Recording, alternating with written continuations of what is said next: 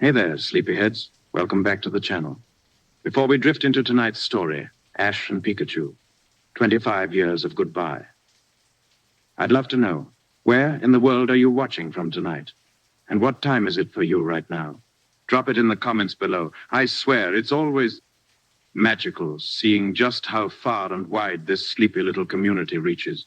Last week, someone said they were watching from a tent in Iceland under the northern lights. Meanwhile, I'm here battling my third mug of chamomile and a very judgmental cat. All right. Lights low, blankets up. Let's begin. It all began on a quiet morning in a small, tree-lined town tucked away on the southern edge of the Kanto region, Pallet Town. Birds chirped softly. Wind rustled the trees.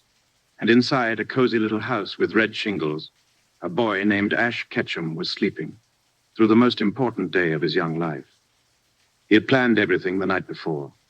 Hat ready, gloves laid out, poke ball dream in full force. He even set an alarm. But of course, being 11, and clearly already an anime protagonist, Ash dramatically overslept. And not by a few minutes, by hours. You could almost hear the narrator sigh. So out of bed he flew, pajama-clad and hair sticking out in every direction, barreling down the road toward Professor Oak's lab, yelling something that sounded vaguely like, "Wait, wait, I want my Pokémon," which honestly sounds like most of us chasing dreams before coffee. When he got there, panting and wide-eyed, he found that the traditional starter Pokémon, Bulbasaur, Charmander, and Squirtle, had all been claimed by trainers who had, set alarms. But fate had something else in store for him. A mysterious fourth poke ball sat on a machine nearby, humming quietly. Inside it wasn't a cute plant, a fiery lizard, or a bubbly turtle. It was Pikachu. Now, Pikachu wasn't your average starter. He had no intention of going into his poke ball. None. Zip, zero, nada. He zapped Ash right in the face the moment they made eye contact. A little electric hello. And from there, the two were, well, let's just say it wasn't love at first spark. Pikachu walked on his own, ignored commands, laughed, yes, laughed, when Ash got shocked or tripped over his own feet. Their partnership began not as a warm embrace, but as a chaotic episode of Survivor, Kanto edition. But the thing about bonds is, sometimes they're forged not in ease, but in chaos. Later that day, as Ash tried and failed to catch a Pidgey, then really failed to deal with a Spearow swarm, things took a sudden, serious turn. Ash and Pikachu found themselves surrounded. Dozens of furious Spearows circling like flying piranhas with feathers. Pikachu was hurt. Ash was panicking. And for a moment, the journey looked like it might end before it had even truly begun. But Ash didn't run. He stood in front of Pikachu, arms stretched wide, shouting to the sky, "If you want to hurt him, you'll have to go through me." Cue thunder. Lightning cracked across the sky like nature saying, "Okay, dramatic kid, I see you." Pikachu, moved by the gesture, and maybe realizing this weird human wasn't so bad, gathered the last of his strength, jumped onto Ash's shoulder, and released a massive thundershock. It lit up the sky and scattered the Spearow like popcorn in a microwave. They collapsed together on the ground after that, exhausted and soaked and steaming slightly. But something had shifted. In that storm, a bond had been born. Not of strategy or obedience, but of trust. Real, earned, bone-deep trust. From that day forward, they were a team. Trainer and Pokémon? Sure. But more than that, they were companions, friends. Ride-or-die adventurers with matching scars and a growing list of awkward near-death experiences. And all of that, every badge, every region, every impossible moment to come, started with a stubborn yellow mouse and a reckless boy who slept in too late. Funny how destiny sometimes begins with a missed alarm. Their journey truly began the next morning, as the golden sunlight filtered through the trees, and Ash stepped onto Route 1 with a bandaged cheek and a slightly grumpy Pikachu on his shoulder. You could tell neither of them really knew what they were doing, which, honestly, was kind of the charm. Ash kept talking. Pikachu kept ignoring him. And yet, somehow, they kept walking in the same direction. That's friendship, right? Passive-aggressive teamwork. In those first days, Ash wasn't what you'd call a skilled trainer. In fact, if there were a leaderboard for least prepared Pokémon Trainer of the Year, Ash might have taken gold, silver, and bronze. He threw Pokeballs before weakening wild Pokémon. He shouted at Pidgeys like yelling made tackle more effective. But Pikachu just watched and waited, and occasionally rolled his eyes, because even back then, Pikachu was 10 steps ahead. Their first nights camping out were filled with clumsy fire-making, overly ambitious dinner plans, and a lot of questionable Pokédex readings. And yet, there was something deeply comforting in it all. The crackling fire, the soft chirping of nocturnal Pokémon, the rustling of bushes that may or may not have been Meowth practicing stand-up comedy. And slowly, the space between Ash and Pikachu began to shrink. Pikachu started sitting a little closer. He began eating beside Ash, instead of 3 feet away. And when a gentle breeze swept through the tall grass, Ash would instinctively glance over to make sure Pikachu was okay. He always was. But the checking mattered. Soon, they met Misty, after Ash fished her bike out of a river and returned it to her in crispy condition. Crispy, as in melted, as in Pikachu turned it into scrap metal after a particularly dramatic thunderbolt. Misty wasn't thrilled. In fact, she followed him for several towns, demanding a new one. But under all that shouting was someone who saw what Ash was trying to do, even if he hadn't figured it out himself yet. Not long after, Brock joined the group. Older, steadier, and the official cook and dad friend of the squad. With Misty, Brock, Ash, and Pikachu traveling together, things felt fuller, like the team was starting to form not just in battles, but in hearts. Each of them brought something different. Misty's stubborn fire, Brock's calm advice, and Ash's, let's call it, enthusiastic improvisation. But Pikachu was the soul of it all. Even when Ash caught new Pokémon, Caterpie, Bulbasaur, Charmander, Squirtle, Pikachu remained by his side, always walking, never caged. Ash never forced him into the Pokeball again. Somewhere along the way, they just silently agreed. Pikachu would stay, close, because he wanted to. In the early gym battles, it was Pikachu who stood in the ring first. Against Onix, against Raichu, far stronger Pokémon with higher stats and, let's be honest, way less sass. But Pikachu stood tall, tiny as he was, because he believed in Ash. Even when Ash was doubting himself, fumbling strategy, getting roasted by gym leaders and Misty at the same time, Pikachu stood in that arena like, yeah, we've been through worse. The bond wasn't about winning, not yet. It was about trying, about looking ridiculous together, about never giving up, even when you definitely should have stopped to read the instructions. There's something kind of beautiful about watching someone fail with heart.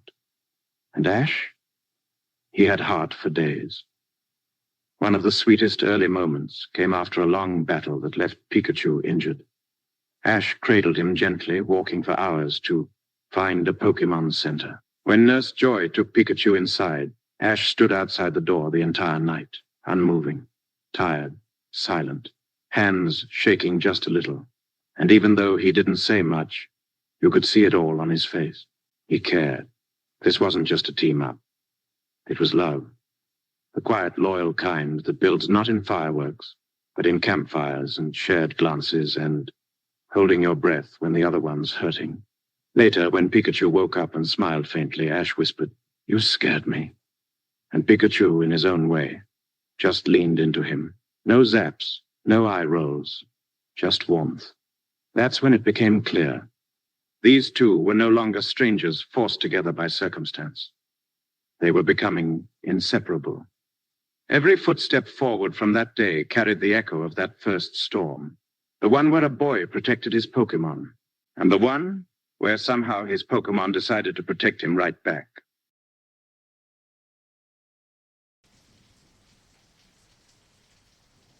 So, where were we? Ah, yes, one overly confident 11-year-old boy with an unreasonably electric mouse and a dream way too big for his backpack. Their journey into the Kanto region was like flipping open the first page of a bedtime story. Soft, curious, and full of strange little details that don't quite make sense, but feel right anyway. You had your forests full of glowing eyes at night, random bug catchers, yelling about weedles, and signs that seemed to exist only to get ignored.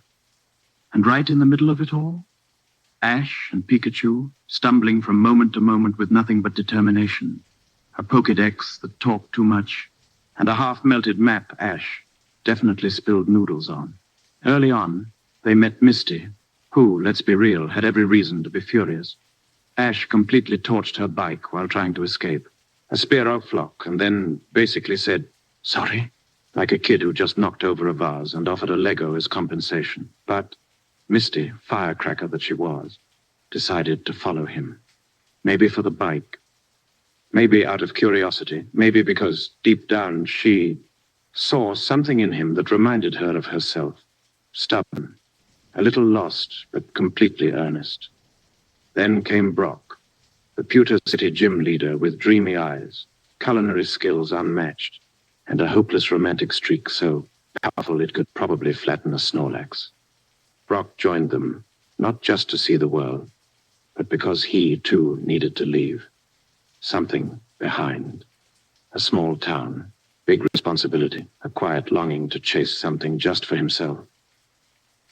And so, the trio, plus Pikachu, who was already the real lead actor, set off together, wandering through fields that shimmered in the moonlight and forests where caterpies danced in the branches, and the occasional crabby just wandered into their camp, uninvited. It wasn't always peaceful, of course. They argued, got lost, argued about being lost. But in between all that, something beautiful started to form. Friendship. Not the easy kind, but the sticky, earned kind. Ash didn't realize it at the time. He was too busy getting covered in Beedrill stings and confusing status conditions. But each step through Kanto changed him just a little. And Pikachu noticed, because Pikachu notices everything. You see, Pikachu never evolved, not because he couldn't, but because he didn't need to. The strength Pikachu gained didn't come from a thunderstone.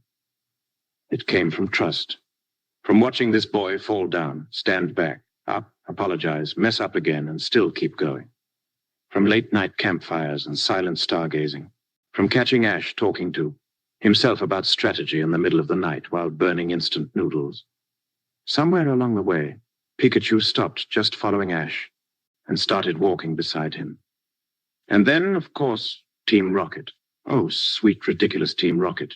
Jesse, James, and Meowth, the world's most theatrical, consistently unemployed trio. They showed up like clockwork, every episode, with schemes so convoluted they deserved their own award category. Whether it was dressing as giant executors, infiltrating a festival by pretending to be chefs, or building a giant Pikachu-shaped robot again, they never quite succeeded. But their failures became a lullaby. You knew they'd appear, you knew they'd mess up, and you knew they'd blast off again. It was practically the law of the land. But here's the thing. We all kind of loved them.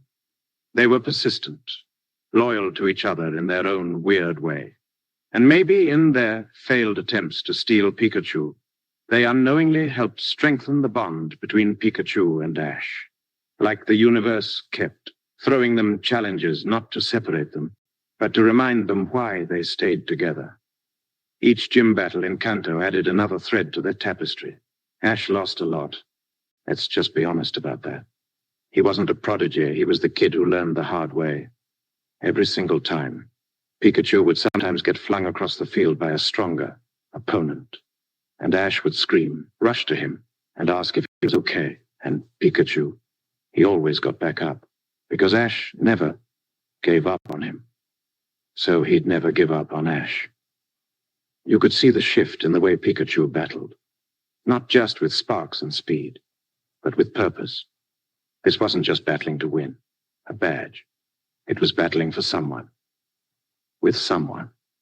And that kind of loyalty, it glows brighter than any thunderbolt. And in between all the battles and campsites and laughably ineffective disguises worn by Team Rocket, seriously, how does a fake mustache fool anyone? There were moments of stillness, like when Ash and Pikachu lay side by side on a hill, watching the stars. Or when they both paused to feed a tired Charmander huddled under a leaf. Or when Pikachu climbed into Ash's lap after a hard loss. And they just sat there, saying nothing, letting the silence speak for them. They were growing, together, not into perfect people or perfect Pokémon, but into something unshakable. And the thing is, they didn't know it yet, but they were already becoming legends. Their Kanto journey wasn't just a road. It was a rite of passage. Each town brought new faces, strange customs, oddly specific, festivals, and at least one character wearing a Magikarp costume for reasons no one ever explained. But somehow Ash and Pikachu found themselves adapting, growing. Every badge they earned wasn't just a shiny token. It was a small marker of who they were, becoming. There was something strangely magical about how unpredictable the world was. One day they were climbing the rocky cliffs near Pewter City, dodging falling boulders, and learning the hard way that Geodude does not enjoy being petted. The next they were picnicking under a cherry blossom tree while wild Clefairy tried to steal their sandwiches. Even chaos had a rhythm. And through it all, Pikachu stayed at Ash's side. He never evolved. Not because he was afraid, but because, deep down, he knew he didn't need to. Ash never asked him to change. He never pushed him to be something else, never forced him into that next stage, even when everyone else did. Pikachu's power wasn't in his final form, it was in his loyalty. His spark wasn't just electricity, it was emotional voltage, the kind that lit up hearts, more than stadiums. That loyalty was tested time and again. Like the time Pikachu was offered a chance to evolve into Raichu to beat Lieutenant Surge. Surge's Raichu was all muscle, no patience. It hit hard and fast, and Ash took the loss personally. But when given the option to evolve, Pikachu refused. Flat out, with the most determined little face you've ever seen on a yellow fuzzball. He didn't want to win just to win. He wanted to win as himself, and that hit different. Ash respected that, completely. He didn't argue, didn't beg. He just nodded, smiled, and said they'd do it together. And they did. Pikachu came back stronger, smarter, and full of fire. Not literally, that's Charmander's department. They won the rematch, not with brute force, but with strategy and trust. That victory was bigger than a badge. It was a declaration. We're enough, as we are. These little moments, scattered across fields and battle arenas and riverside campsites, built something unbreakable. Even as new, Pokémon joined the team. Bulbasaur, always ready to break up a fight. Squirtle, rocking those cool guy sunglasses. And Charmander, who had abandonment issues, deep trauma, and a heart of gold. Pikachu was the one Ash always turned to when things felt overwhelming. And boy, did things get overwhelming. Like that time in Lavender Town, where ghost Pokémon played tricks with their memories. Or the time they accidentally wandered into a haunted mansion where Ash may or may not have temporarily become a ghost himself. Classic Tuesday stuff. Through every eerie encounter, Pikachu stuck close, acting braver than he probably felt. Because that's what partners do. You pretend you're not scared, so the other one feels a little safer. Even battles started to change. They became less about raw power and more about connection. Ash stopped yelling, random move. Names every 3 seconds. Well, okay, he slightly reduced it.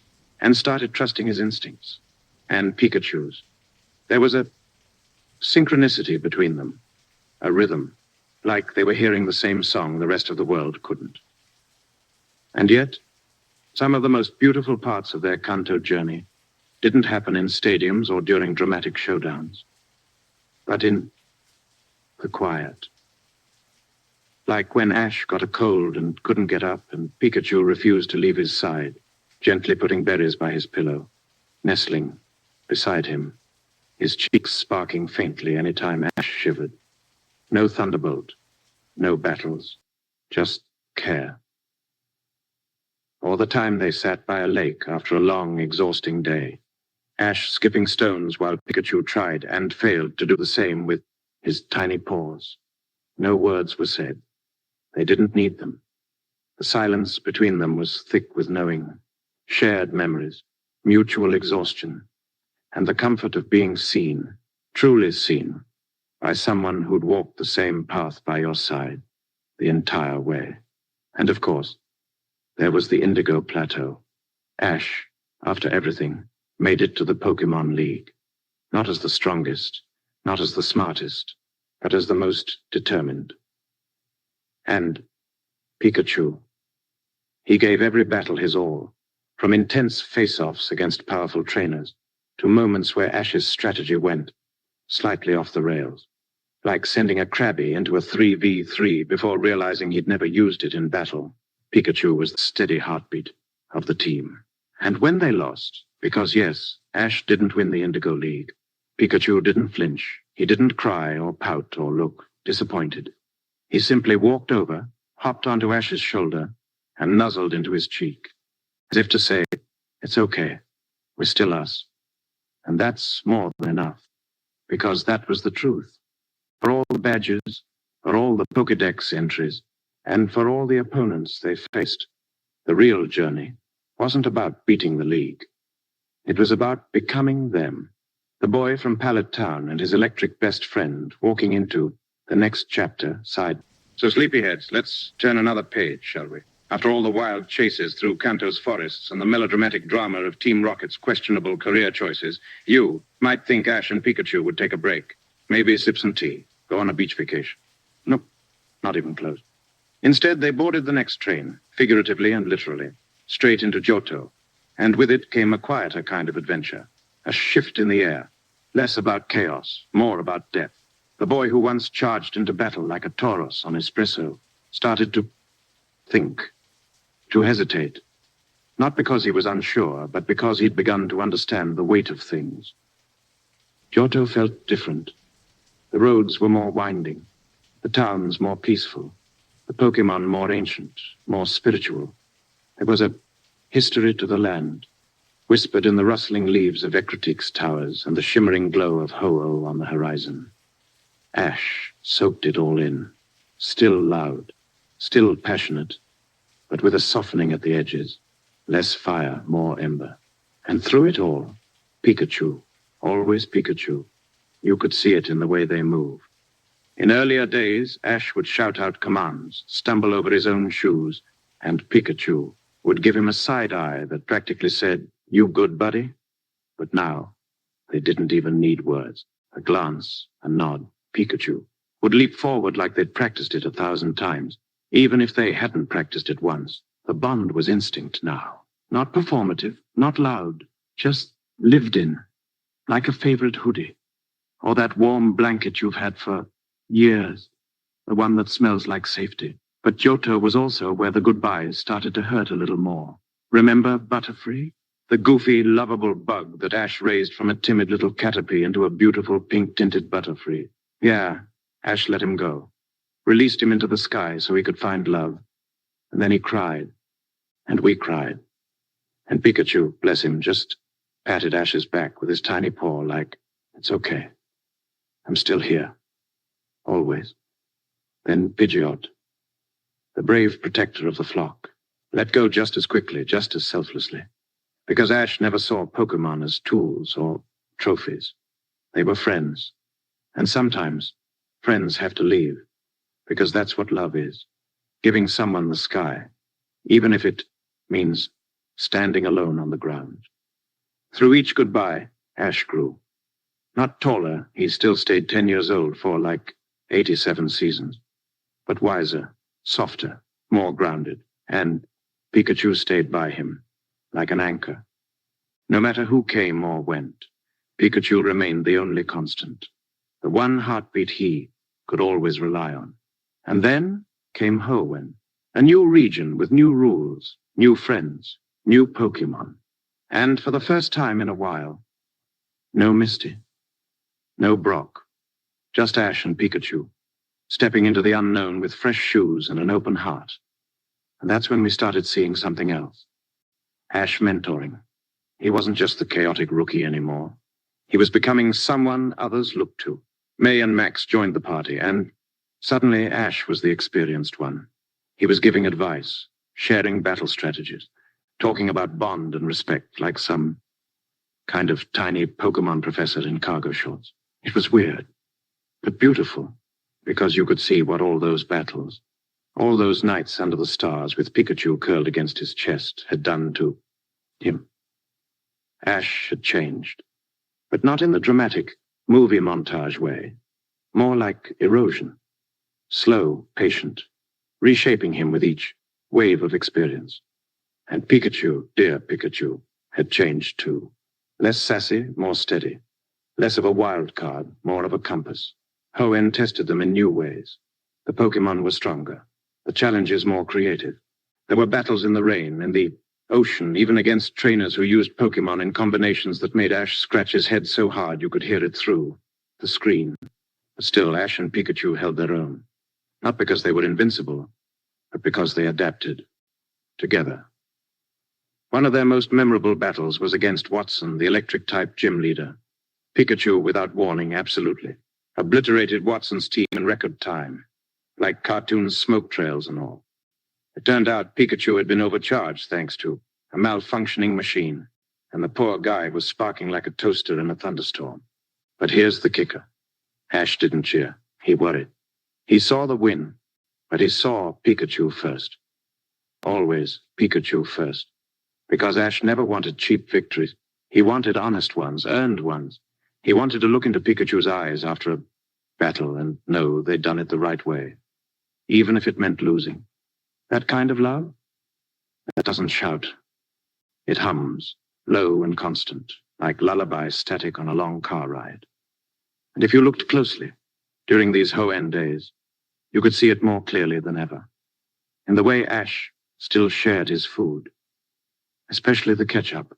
In the way Pikachu still nuzzled into Ash's sleeping bag each night. In the way they still laughed, quietly now, not just over wins, but over dumb jokes and silly moments, like the time a Skitty chased Pikachu in circles for 20 minutes, while Ash just stood there, laughing so hard he nearly dropped his Pokédex. These were no longer just adventures. They were memories in the making. And though neither of them said it, both knew something was shifting. Childhood was still present, yes, but so was something else. A quiet growing up.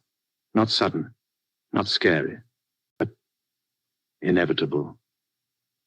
And through Johto and Hoenn, as new landscapes passed by and new names were added to Ash's journey, Pikachu remained his quiet mirror, reflecting not who he was, but who he was becoming. Hoenn, as it turned out, wasn't just a new region. It was a quiet test of identity. Ash had grown just enough to recognize when things were changing, even if he didn't fully understand how. And Pikachu, still the fuzzy yellow heartbeat of the group, but now with a look in his eyes that said, "We've seen a lot, huh?" You could feel the difference in how they handled losses. Early Ash would flail, panic, yell into the wind like some dramatic anime weather god. Hoenn Ash, he'd lose, nod and smile at Pikachu like, "That's okay. We'll get him next time, partner." And Pikachu, never one to hold a grudge unless you were stealing his ketchup, would nuzzle into Ash's cheek and give him a tiny static buzz that somehow said, "Yeah, we always do." Their time with May and Max softened the edges further.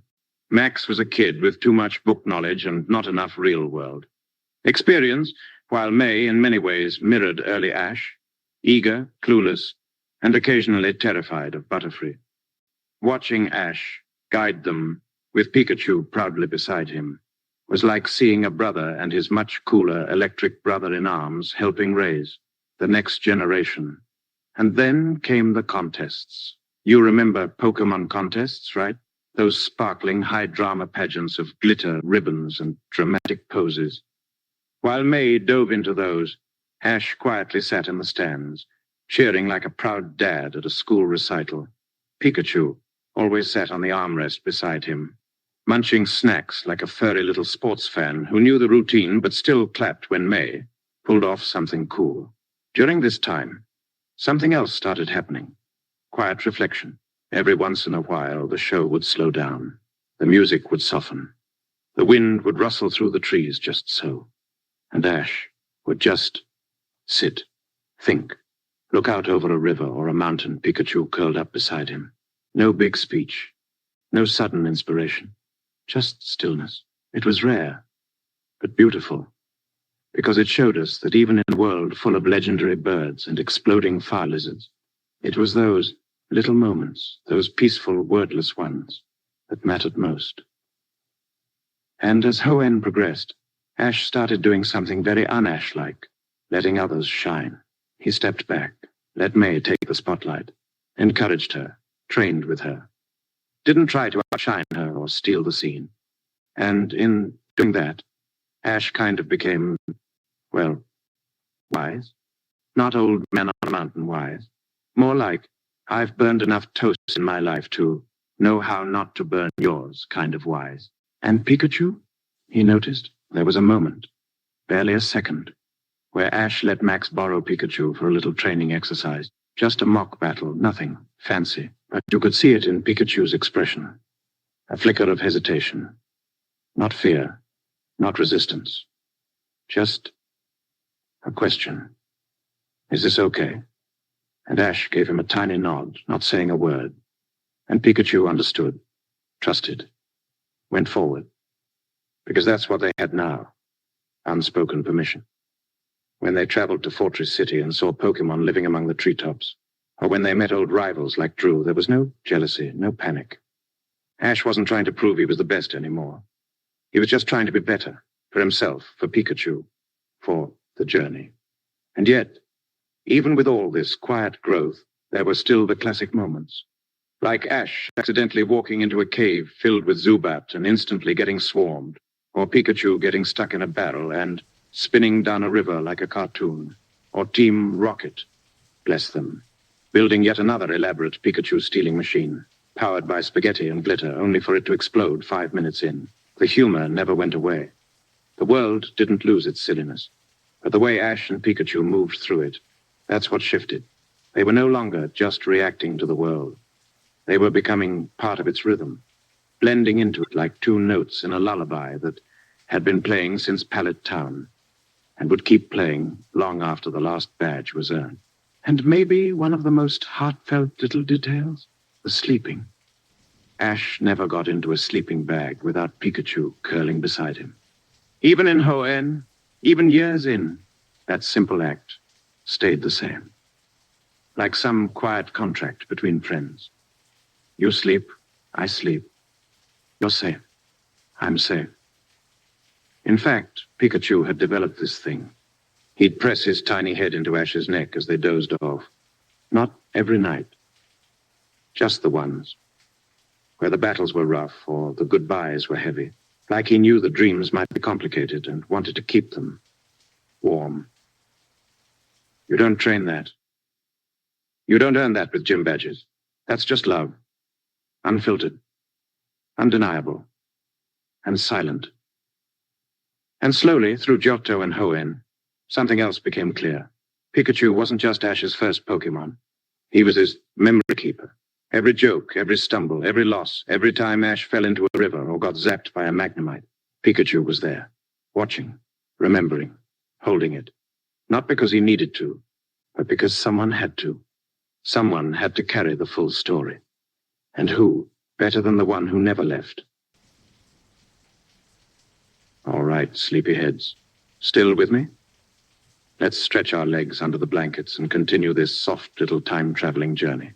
Because after Hoenn's warmth and reflection, things took a turn. Not a scary one, not loud, but something heavier. Think of it like the season when the background music adds a cello. Welcome to Sinnoh. Sinnoh wasn't just a new region. It was a mirror, a deep one. One that forced Ash to stare into it and ask, who am I really, and why do I do this? Enter Paul, Sinnoh's resident rival and walking thundercloud. If Ash was the wide-eyed optimist who saw heart in every creature, Paul was, well, the guy who would probably fire his team for sneezing mid-battle. Their clash wasn't just about strategy, it was about belief. Paul didn't care for friendship. He didn't understand why Ash treated his Pokémon like family instead of tools. And yet, that's what made Paul so important. Because for the first time, Ash's ideals were truly challenged, not with silly bad guys or comical losses, but with real doubt. And the battles with Paul, they weren't just physical, they were emotional chess matches. Every move Pikachu made in those episodes felt like he was saying, I know why we're here. We don't need to be like him. You could feel that in the air, the tension, the fire, but also the unshakable trust. Pikachu battled harder than ever, not because he had to prove something, but because he believed in something. He believed in Ash's way. And let's just pause here for a second. Pikachu never evolved. Think about that. Every trainer had a fully evolved powerhouse by now. But Pikachu, still rocking the red cheeks and lightning bolt tail. Not because he couldn't evolve, but because he chose not to. He chose to stay as he was, because that version of himself was the one who met Ash, the one who climbed mountains, crossed oceans, and got stuck in vending machines with him. That's not just loyalty, that's identity. And then came the Sinnoh League. And oh boy, that semifinal match against Tobias, the mysterious trainer who casually showed up with 2 legendary Pokémon, as if the man had just stopped by a god convention and caught a few on his way home. Ash lost, spectacularly, but not before Pikachu went absolutely feral on a Latios, because why not? Yet again, it wasn't about the trophy. It was about heart. And when the battle ended, there wasn't bitterness, just that quiet moment where Ash looked at Pikachu and gave him that tired but proud smile, like, you did it, we did it, and we'll do it again. But the world wasn't done evolving. Cue the lights and welcome to Unova. This was the season of reboots. A fresh coat of paint, new companions, new art style, and a slightly younger feeling Ash, who suddenly remembered how to get electrocuted every other episode. Classic. Unova felt different. Faster, funnier, more energetic. But beneath all that zip-zap-zoom, the emotional rhythm continued. Because even if the surroundings changed, Ash and Pikachu were still Ash and Pikachu. And Unova brought some unexpected lessons. For one, Ash lost early in the league, like real early. And fans were, let's say, enthusiastic about that. But the story, the heart of it wasn't failure. It was humility. Ash wasn't on a smooth climb to the top. His journey was jagged, unpredictable. Sometimes it looped back on itself. And Pikachu, he never blinked, never flinched. Even when facing wild Pokémon that he, frankly, should have one shot. We all remember that one. Snippy, right? Yeah. We have questions. But still, he stood by Ash. Because it was never about perfection. It was about trying. About waking up each day, brushing the dirt off your jacket and whispering to your best friend, let's go again. And that's what Unova became. A story of getting up, of not knowing all the answers but still stepping forward, of embracing new. Friends like Iris and Silan, who each brought a kind of chaotic charm to the mix. Silan and his "it's tasting time" catchphrase. Yeah, that still lives rent-free in our heads. Ash and Pikachu, surrounded by new energies, just kept doing what they always did. Learn, laugh, and try. There was a moment, quiet and blink and you miss it, where Ash and Pikachu were sitting beside a small campfire after a long day. Ash looked up at the stars and whispered something like, do you think we'll ever get there? And Pikachu just curled into his side, eyes closed, like he already had the answer. Because by now, we all knew the secret. It wasn't about the destination. It was about them. There was something quietly poetic about how Unova unfolded. While it wasn't the most celebrated chapter in Ash's long tale, it gave us something that no region before it truly had. Vulnerability. For the first time in a while, Ash felt, well, fallible. He made odd decisions, forgot things he once knew, and seemed almost rebooted in spirit. And you know what? That was okay. Because even when Ash tripped over his own enthusiasm, or misread a battle strategy that seemed painfully obvious, seriously type matchups, my guy, Pikachu never rolled his eyes. He never left his side. Never gave up. He just stood there with that same spark, that same patience, as if to say, We've been through worse. Let's keep going. That's the kind of friendship you can't catch in a pokeball. And amid all the chaos of new gym leaders, villainous plots, and constantly exploding machinery, there were still the small moments. The ones where Ash would hand Pikachu a berry without a word. Or Pikachu would curl into Ash's lap after a long, rainy day. No dramatic lighting, no swelling music, just comfort, familiarity. A rhythm built over years and thousands of miles. Even Team Rocket changed during Unova, gone were the goofy gadgets and inflatable Meowth heads. Okay, not gone. They had their relapses. Instead, Jesse, James, and Meowth took on a more serious tone. More focused, more dangerous. But in a strange way, even that shift made Ash and Pikachu stronger. It forced them to stay sharp, to evolve. Not by level, but by spirit. And let's be honest, Unova gave us one of the most unexpected gems, N. A mysterious figure with long green hair and a heart full of empathy for Pokémon. N questioned the very nature of training itself. He didn't see Pokémon as partners to battle with, but as beings to protect. And when he crossed paths with Ash, it wasn't sparks that flew, but understanding. Because, deep down, Ash agreed with him. Ash never trained for dominance. He didn't command like a general. He asked. He trusted. He believed. That's what made his bond with Pikachu so powerful. Not just strong, but pure. And when N saw that, even he paused, looked at Pikachu, and seemed to finally get it. This bond wasn't forged in battles. It was forged in everything else. In the walking, the failing, the waiting. In the nights spent lost in forests, and the mornings where Ash made a burnt breakfast over a campfire, while Pikachu quietly tolerated it like a true friend. Let's not forget the filler episodes either. Ah yes, those delicious little side adventures that had absolutely no bearing on the overall plot, but were somehow always the ones we remembered. Like the time Pikachu got separated and led a ragtag group of wild Pokémon across the countryside like a furry Moses. Or the time Ash and Pikachu got stuck in a haunted mansion and ended up befriending the ghost Pokémon because, why not? Those moments may not have added badges to Ash's case, but they added heart to the journey.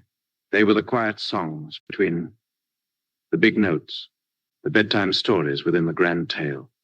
And in every single one, the constant was always Pikachu, there beside, Ash, ears perked, ready for whatever madness or magic came next.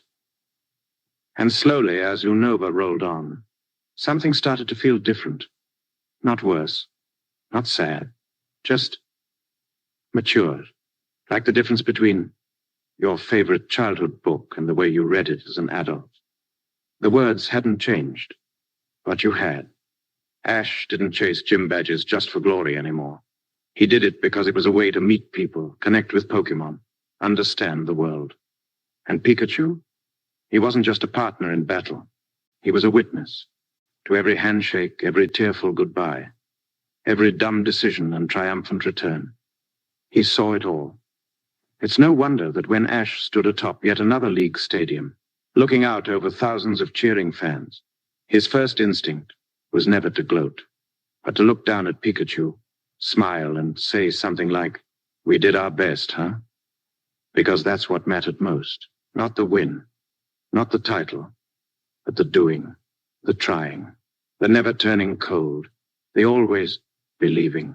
Unova might not have handed Ash a trophy, but it handed him something better, perspective, the kind that only comes from falling and getting back up, from being questioned, doubted, challenged, and still choosing kindness.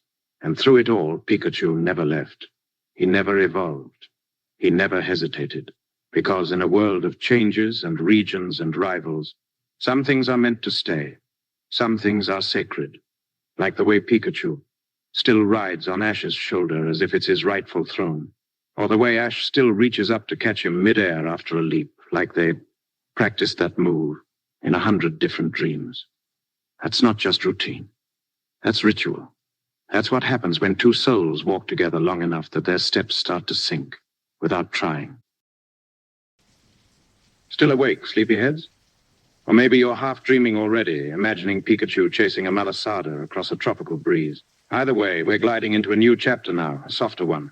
A chapter with fewer shadows and more sunsets, with less sprinting and more sitting, listening, feeling. Kalos arrived not like a thunderclap, but like a slow, rolling wave. And something about Ash shifted. Maybe it was the art style. Maybe it was his hair finally listening to gravity. Or maybe, just maybe, it was him growing up. There was a clarity to Kalos. Ash seemed more focused, more composed. He wasn't the reckless kid yelling commands from the treetops anymore. He was still energetic, of course. But there was a maturity now, like the world had finally started to shape. Around him, and he around it.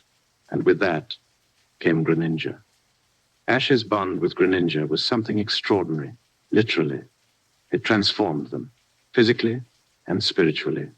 Ash Greninja, they called it. A fusion of spirit and willpower so deep that it hurt to watch sometimes. Like Ash and Pikachu's bond had found a cousin, something equally intense, but newer, rawer. But here's the thing. Even with Greninja's power and Ash's sharpened skill, Pikachu never stepped back. He didn't feel replaced. He didn't need to, because the truth was, Ash could form bonds with others. And still, no one could take Pikachu's place. He was the anchor, the original, the quiet heartbeat beneath all the noise.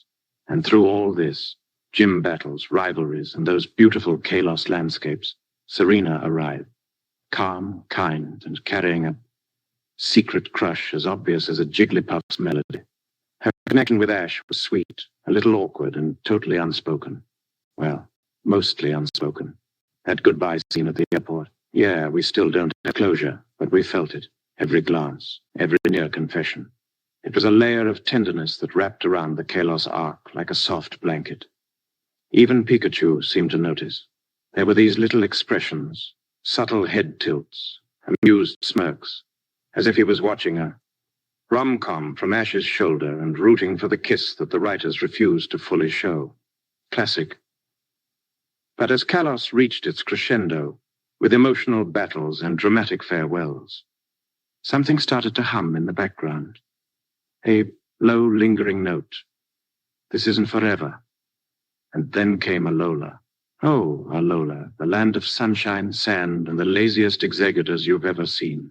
Alola was different from the very first episode. There were no gyms, no leagues, no rushing, just a school, a classroom, a chance to breathe.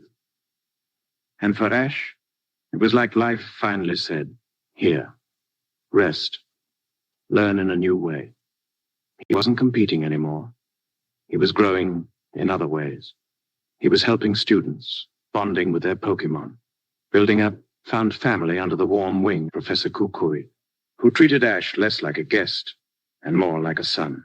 There were no major villains, no world-ending crises, just the rhythm of life, beachside picnics, sleepy lessons, silly field trips, and through it all, Pikachu flourished. You could see it in the way he relaxed into Ash's arms during naps, in how he played with the other Pokémon, taught younger ones, even got into mischief now and then, like when he accidentally zapped a Pokédex spot into early retirement. Whoops. But that's what made Alola so special. It wasn't about climbing. It was about resting. Not about winning, but belonging. There were still battles, of course, beautiful ones. And Ash did go on to win the first ever Alola League, a moment fans had waited, over 2 decades for. The celebration was massive. There were fireworks, screaming, joy. And yet, the most touching moment? It wasn't the trophy. It was Ash, sitting on a hill afterward, quietly smiling as Pikachu curled up in his lap. No big speech, no dramatic music, just peace. For the first time, it felt like Ash had found a kind of home that wasn't temporary. A rhythm that didn't need to end with a goodbye. He didn't have to leave Alola behind like every other region. He could stay, he could live. Even Pikachu seemed to sense it. His gaze got softer. His tail wagged slower. There was a stillness in him that hadn't been there before. as if he, too, was finally settling down. And slowly, gently, this question started to echo, almost unspoken. Is this the end? Not in a dramatic way, not with crashing music or a final battle, but like the way summer ends, with golden light and long shadows, with friends drifting apart, not out of anger, but life. Ash had always chased the title of Pokémon Master, but in Alola, it was like he finally realized, maybe he already was one, not because of badges or wins, but because of how he loved, how he tried, how he never, ever gave up on anyone, even himself. And Pikachu, he knew, he always knew. The more time Ash and Pikachu spent in Alola, the more it felt like they had finally exhaled. For years, they'd run from region to region, chasing gym badges like breadcrumbs in a never-ending forest. But in Alola, the trail stopped. Or maybe it just opened up into a sunny clearing where they didn't have to chase anymore. There was something almost dreamlike about it.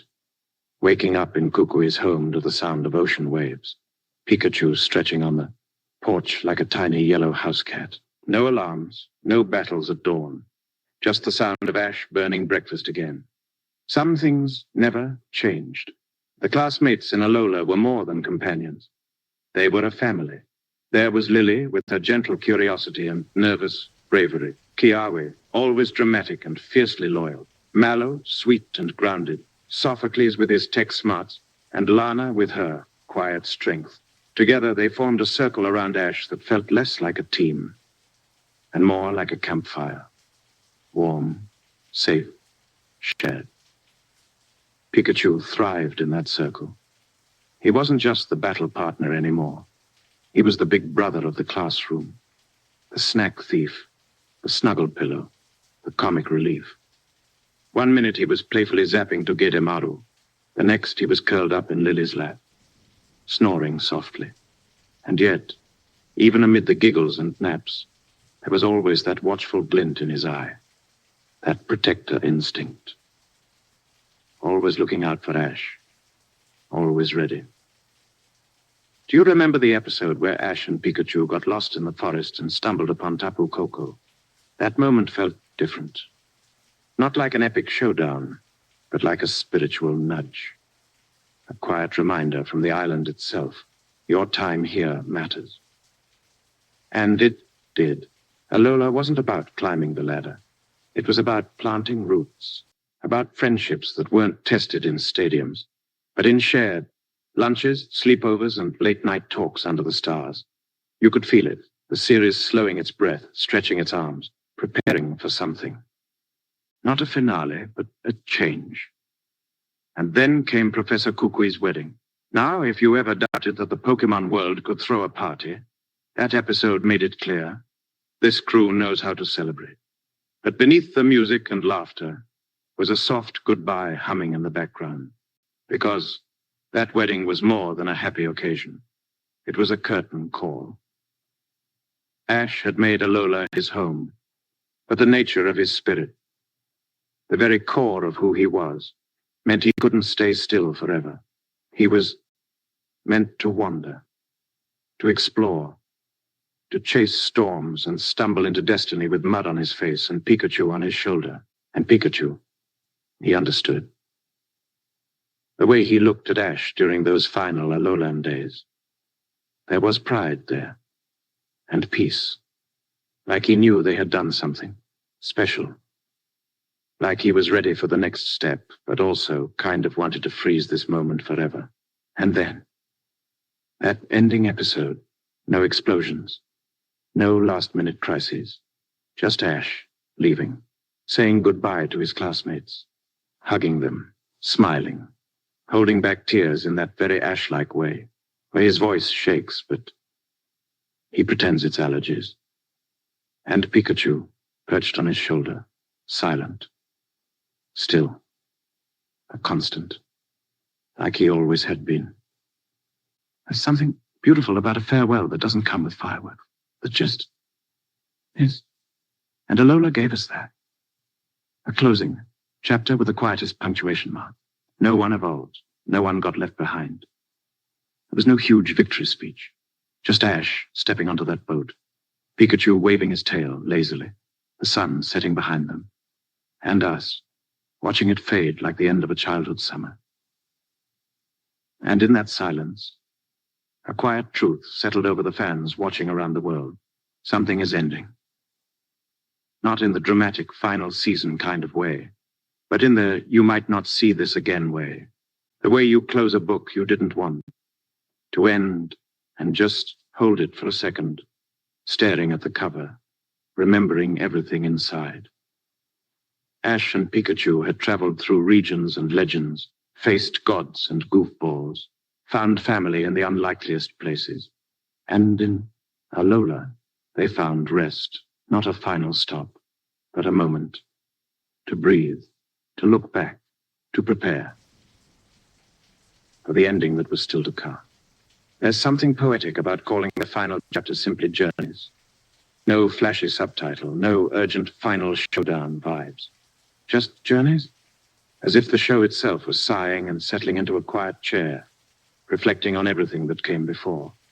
From the very first steps in Pallet Town to this final stretch, Ash and Pikachu had crossed every imaginable landscape, forests that whispered with mystery, cities that roared with ambition, and mountains that loomed like ancient storytellers.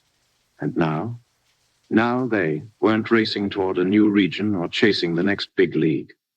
They were revisiting old friends, old places, old versions of themselves. You could feel it in the pacing. Slower, softer, more curious. Like flipping through an old photo album late at night when the house is still and quiet. That's what Journeys was. A scrapbook of memories, sewn together by two souls who had never really stopped moving. Until now. And through it all, Pikachu remained right there. Always at Ash's side, always watching, listening. He didn't need words. His silence was the message. He understood before Ash even spoke.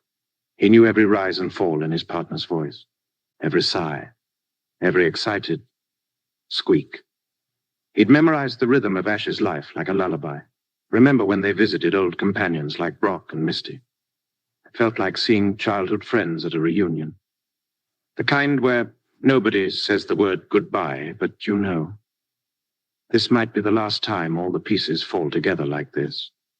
The air was heavier, sweeter, filled with that strange joy that only comes when you know something is ending, even if no one says it out loud. And yet, it wasn't sad. Not yet. Because Ash was smiling more. Not in that frantic, I'm going to be a Pokémon Master way, but in a softer, reflective kind of smile, like he'd finally taken a step back and realized just how far they'd come. All those sleepless nights, all those weird meals cooked over tiny campfires, all the times he tripped over his own feet chasing a caterpie, all the victories, all the heartbreaks. And then came the World Coronation Series, the ultimate battle, the big sparkly crown moment. But here's the thing. It didn't feel like the climax. Not really. Sure, it was animated like a summer blockbuster, and the stakes were technically becoming the best trainer in the world.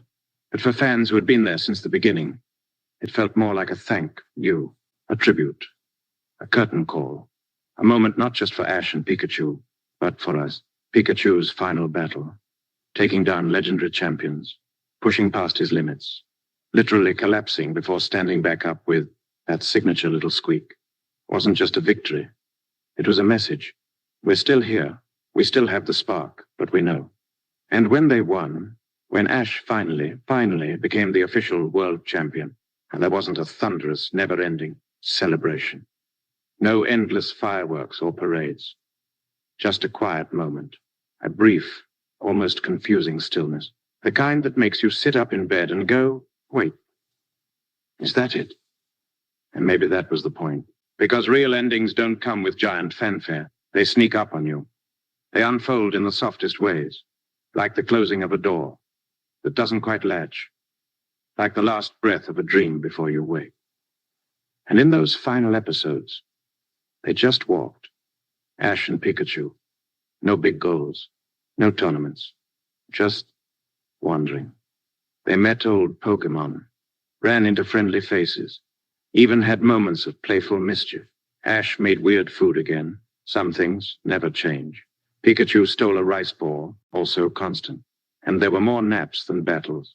And it was perfect, because it was them, just being, just us again. There's a moment near the end, quiet, unassuming, when Ash is sitting under a tree. The breeze is light, the sun is soft. Pikachu is resting on his lap, and they don't say anything. They don't have to. It's in the silence that we hear the loudest truth. This story is done. But done doesn't mean gone. Hey again, sleepyhead, still with us? Or maybe you're half asleep already, floating somewhere between memory and dream. Either way, this next chapter is a soft one. A little quieter, a little more like a bedtime story whispered through leaves on a warm breeze. Because tonight, we're visiting the Pokémon who helped Ash grow, and then step gently into the background. Let's start with Charizard. Oh, Charizard, the fiery rebel who once refused to listen, who snoozed through battles just to be difficult, only to become one of Ash's most trusted companions.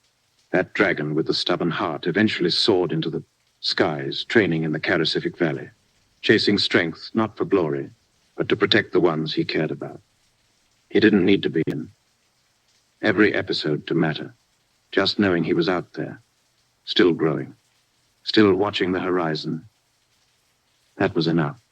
And then there's Squirtle, forever cool, forever loyal, wearing those tiny sunglasses like a firefighter with attitude, while the Squirtle squad ran into danger to help others. Squirtle carried Ash's lessons with him, sprinkling the world with kindness and charm. He was a tiny hero in a shell, blazing his own little trail with water cannons and winks. Bulbasaur, on the other hand, didn't go anywhere. He stayed. He was the steady one, the peacekeeper at Professor Oak's lab, holding together the team like an old soul in a world of chaos. He didn't need adventure to be important. He was the garden that never stopped blooming. Quiet, reliable, always there. And what about Butterfree, released into the wild with tears in everyone's eyes, flying off with a pink companion into the sunset? That moment was one of the first times we learned what real goodbye felt like. Not the kind with doors slamming or dramatic endings, but the kind that simply lets go, softly, with love. Each of these Pokémon, Torkoal, Glalie, Kingler, Mook, Primape, Primape. He left before we even got to know him properly. But even the briefest friendships leave fingerprints on the heart. They weren't just part of the journey. They were the journey. Each one marked a moment, a lesson, a change in Ash. And as Ash continued walking, always forward, he left tiny pieces of himself with every companion who didn't make it to the next region, like souvenirs tucked into the corners of a well-worn backpack. He didn't forget them. Not really. They were in every choice he made, every battle he fought, every lesson he passed on. Pikachu stayed, because someone had to carry the weight of it all. But in the quiet moments, maybe at night, maybe in dreams, you could almost imagine Ash lying under the stars, eyes closed, remembering. Charizard's roar, Squirtle's laugh, Bulbasaur's calm gaze. They weren't gone. They were simply elsewhere. Still glowing. Still part of the boy from Pallet Town. Still part of you, if you're listening closely enough. So, rest easy, sleepyhead. Let those old friends drift in and out of your dreams like fireflies in tall grass. They'll be there. Always have. Be. Now close your eyes if they're not already closed. We'll continue soon. But for now, let the past hold you gently. Sometimes we forget just how many Pokémon shared the road with Ash. How many walked beside him for a while before taking their own path. But in sleep, when the mind drifts, they return like echoes. Do you remember Donphan? That little Phanpy that evolved into a strong, proud companion. Or Gliscor, who learned to fly in more ways than one. They weren't always center stage, but they mattered, because they mattered to him. Even Lapras, graceful and gentle, ferried Ash across the Orange Islands like a dream boat. And when it was time to say goodbye, the waves didn't crash. They just swelled, rolled, accepted the silence. And maybe somewhere out there, Lapras still hums too, itself beneath the moonlight, carrying stardust on its shell. And there's something about those goodbyes, isn't there? They were always so quiet. No explosions, no speeches, just a look, a promise, a soft take care. And yet those moments hit hardest because they were honest, because they felt like growing up. Ash never replaced the Pokémon he let go of. He met new ones, yes, but there was always this space, unspoken, invisible, where the old ones lived, not as trophies, not as memories, but as roots. That's the thing about long journeys. You grow upwards, but only because you've planted pieces of yourself along the way. And you could see that in the way Pikachu looked at each new teammate, not with jealousy, but with understanding. Because Pikachu had been there for all of it. It knew which ones made Ash smile differently. It remembered the ones he hugged a little longer. It remembered Butterfree. When Ash visited Professor Oak's lab, it was like watching a family reunion where no one aged, but everyone had changed. The playful wrestling, the spark of recognition in each Pokemon's eyes. It was all still there, waiting patiently behind the fences, in the trees by the riverbanks. They didn't need to be called into battle again. Just seeing Ash was enough, because to them he wasn't the champion. He was their trainer, their friend, and they, in turn, had shaped him more than any league ever could. When he made choices, he thought of them. When he got stronger, it was because they believed in him. When he stumbled, he remembered how they stood by him, not just when he won, but when he failed, especially when he failed. It's easy to remember the flashy moments, the big wins, the final episodes. But what about those small, quiet times, the nights, camping under stars, roasting berries by firelight, the rainy days hiding under leaves, snuggled close for warmth, the belly laughs after a clumsy fall, the late-night walks when sleep wouldn't come, but Pikachu and Bulbasaur just sat beside him in silence. These moments, the ones not in highlight reels, were the heartbeats of the journey. So tonight, as your breathing slows and your body sinks deeper into the mattress, imagine those quiet scenes. Picture Charizard, curled near a mountain fire. Imagine Squirtle polishing his shades in a lazy afternoon sun. Visualize Kingler playfully snapping at Butterfree's wings as they glide by, all of them frozen in time, glowing softly like a carousel of dreams. Ash may not say it out loud, but deep inside, he carries them all, like postcards tucked between pages, like lullabies that never fully leave your ears. And maybe, just maybe, they think of him too, especially on nights like this, when the stars are quiet and the wind feels like memory. Have you ever met someone on a random day, walked beside them for a little while, and then watched them quietly drift back into the mist of memory? That's what Ash's life was. An endless river of these almost family friendships, the kind that don't need dramatic endings to matter. They simply fade like fog lifting off a morning lake.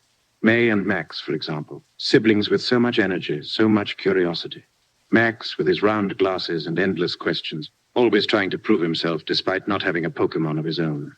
And May, confident and fiery, yet quietly unsure of who she wanted to become. Ash helped guide them, and in turn, they shaped him too. Somewhere, perhaps, Max still thinks of Ash when he gets ready for a journey of his own.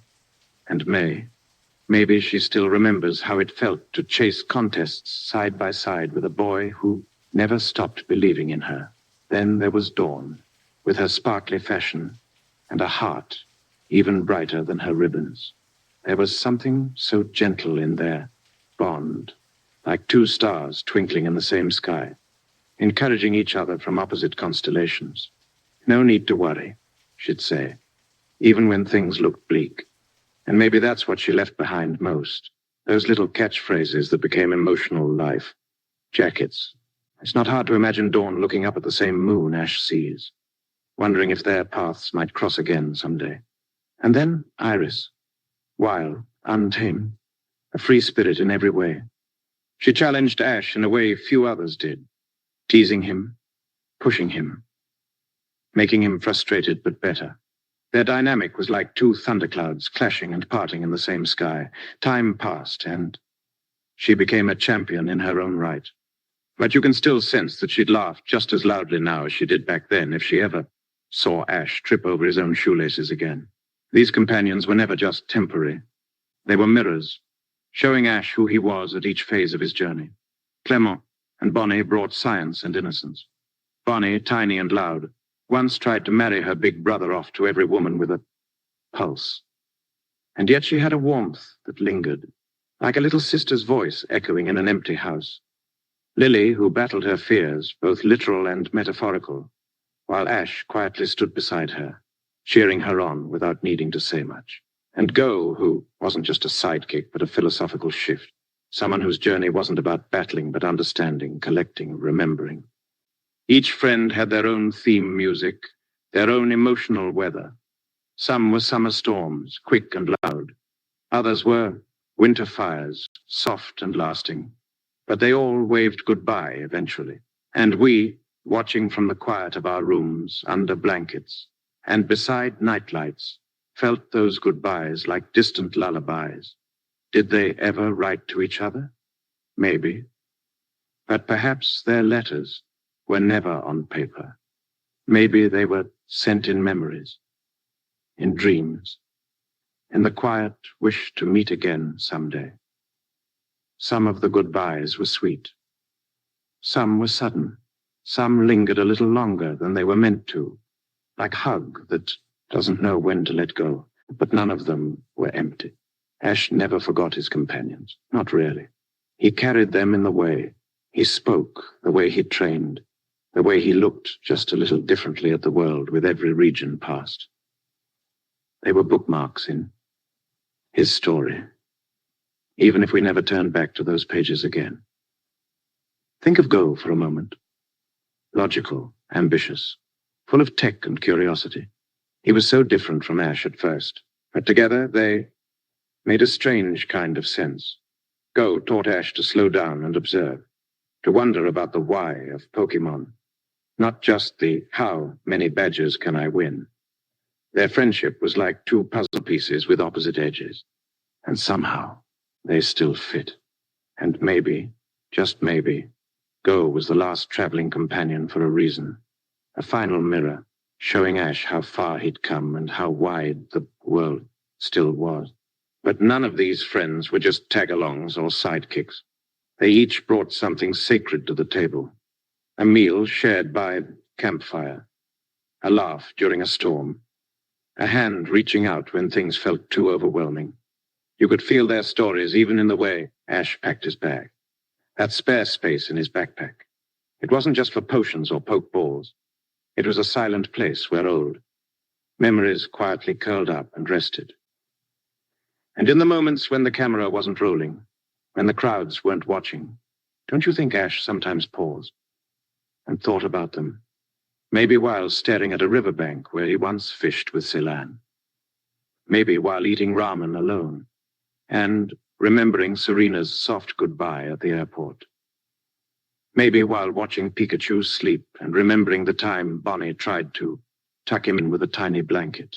These small memories, they weren't loud. They weren't plot points, but they mattered. And they mattered because of how soft they were. Friendships like those don't need sequels. They don't need dramatic reunions or final scenes. Sometimes the most powerful connection is the one that simply remains in your heart, in a smile, in the way you pronounce a name that someone else once teased you about, or in the way you still hum a tune that played once in the background years ago, but never quite left your mind. It makes you wonder, if Ash ever picked up a pen and wrote just one letter to each of them, What would he say? Would he tell May that he's still as clumsy as ever? Would he thank Brock for every meal and every brotherly nudge? Would he write to Misty, not with apologies, but with gratitude, for believing in him when he barely believed in himself? Or maybe he never needed to write anything at all, because sometimes when a bond is real enough, it doesn't need to be written. It's already been felt. And maybe that's what makes this segment the quietest kind of heartbreak, not the kind that makes you cry, but the kind that wraps around you like an old sweater, soft, warm, familiar. The kind that smells a little like childhood and sounds a little like laughter down the hallway of memory. Somewhere out there, Dawn might still be chasing contests, twirling under starlight, Piplup at her heels. Maybe she hears Ash's name now and then on the news, in stories told by travelers, and smiles quietly to herself. Iris, strong-willed and fiercely independent, might still be scaling cliffs, learning about dragon types, her hair wild in the wind. You can almost hear her teasing Ash for being such a kid, and then walking away just a little too slowly. Even Max, the smallest of them all, who never got to be a trainer while traveling with Ash, surely remembers those days as the ones that shaped him most. Maybe now, years later, he's a trainer too. And somewhere deep down, his first instinct in battle comes not from a textbook or lecture, but from watching Ash charge forward, fearless and wide-eyed. The most beautiful part. None of these bonds were perfect. There were arguments, misunderstandings, petty fights over food or direction or pride. But none of those things ever mattered in the end. The roads were always long, but you never walked alone. And when it came time to part ways, no one ever asked why. Because they knew, just like Ash always knew, it's never goodbye forever. It's just another stop on the map. Sometimes, in the stillness between episodes, it's comforting to imagine Ash's friends sitting somewhere under the same night sky, thinking of him too. Maybe Clement is adjusting his inventions by lamplight, pausing to stare out the window. Maybe Lily, across distant shores, holds a photograph of the group with her mother, remembering the way Ash treated everyone, not as projects or puzzles, but as people worth believing in.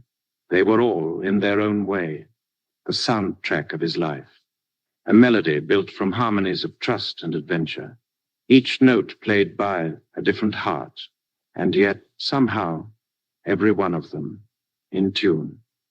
Even if Ash never sent those letters, even if the words stayed trapped somewhere in his chest, his friends still heard them, in the way he held out a hand instead of a fist, in the way he smiled too big, even when he lost, in the way Pikachu stayed beside him, always reflecting the kind of person he had become through the eyes of those who walked beside him. And if you close your eyes now, you might hear one of those letters drifting through the night, not made of ink or paper, but of feeling. A thank you, wrapped in silence. A memory, wrapped in warmth. A goodbye, wrapped in forever. So sleep easy now, because not all letters need to be sent. Some are already written. In the heart.